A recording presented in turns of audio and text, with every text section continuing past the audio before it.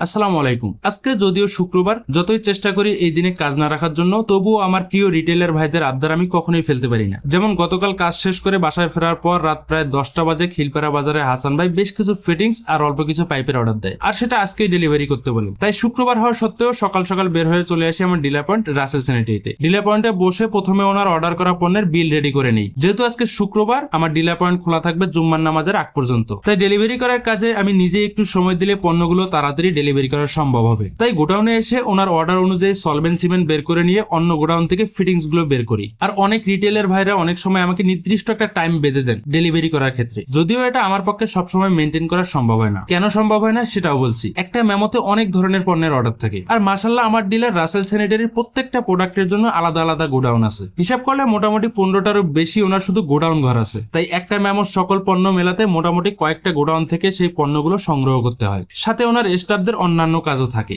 যে কারণে আসলে ভ্যারাইটিস পণ্যের অর্ডারের ক্ষেত্রে ডেলিভারি করতে একটু বেশি সময় লাগে। আর আমার কাছে এমন অর্ডার আসলে আমি চেষ্টা করি নিজে থেকে সেই পণ্যগুলো রেডি করতে, যেন স্টাফদের একটু হলেও হেল্প হয়। তো এই যে পণ্যগুলো এখন রেডি করছি, এতে মোটামুটি 5টা আলাদা আলাদা গোডাউন থেকে এই পণ্যগুলো আমাদের বের করতে হচ্ছে। আর পণ্যগুলো রেডি করার আগেই অটো রিক্সার ড্রাইভার লিটন ভাইকে আমি আসতে বলছি, আর উনি এসে মালামাল সব গাড়িতে তুলতে শুরু করে। এই লিটন ভাই অনেকদিন ধরে নিয়মিত আমাদের পণ্য ডেলিভারি করার কাজগুলো করছেন। উনি মোটামুটি আশেপাশের সব জায়গা আর দোকানগুলো খুব ভালোভাবে চিনেন, যে কারণে ওনার মাধ্যমে ডেলিভারি করতে আমাদেরও সুবিধা হয়। তো যে পণ্যগুলো এতক্ষণ ধরে রেডি করছি সেসব ওনার গাড়িতে তুলে দেই, সাথে ওনাকে দোকানের লোকেশনটাও জানিয়ে দিই। আর যেহেতু আজকে শুক্রবার মার্কেটে যাওয়ার প্যারা নেই, তাই যতটুকু সম্ভব ডিলার পয়েন্টের থেকেই রিটেলারদের সাপোর্ট দেওয়ার চেষ্টা করছি, যাতে তাদের সাথে আমার ব্যবসায়িক বিশ্বস্ততা বাড়ে এবং একটা ভালো সম্পর্ক গড়ে ওঠে, যেটা ব্যবসা করার ক্ষেত্রে খুবই জরুরি। কারণ মার্কেটে প্রচুর অপশন থাকার পরও ক্রেতা তখনই আপনার কাছে আসবে যখন ক্রেতা আপনাকে বিশ্বাস করবে। তাই দীর্ঘমেয়াদে মার্কেটে নিজের অবস্থান টিকে রাখতে হলে অবশ্যই আপনাকে বিনয়ী এবং বিশ্বস্ত হতে হবে। আর যত বেশি বিশ্বস্ত হতে পারবেন আপনার কাজ তত সহজ হয়ে যাবে। তবে বেশি বিশ্বস্ততা থেকে বেশ কিছু সমস্যাও তৈরি হয়, সেটা অন্য কোনো দিন শেয়ার করব। আর একটা কথা, কাস্টমারকে অবশ্যই ভালো সার্ভিস দিবেন, তবে ভালো সার্ভিস দিতে গিয়ে বাকিতে কেনা বেচা করবেন না। সবাই ভালো থাকবেন,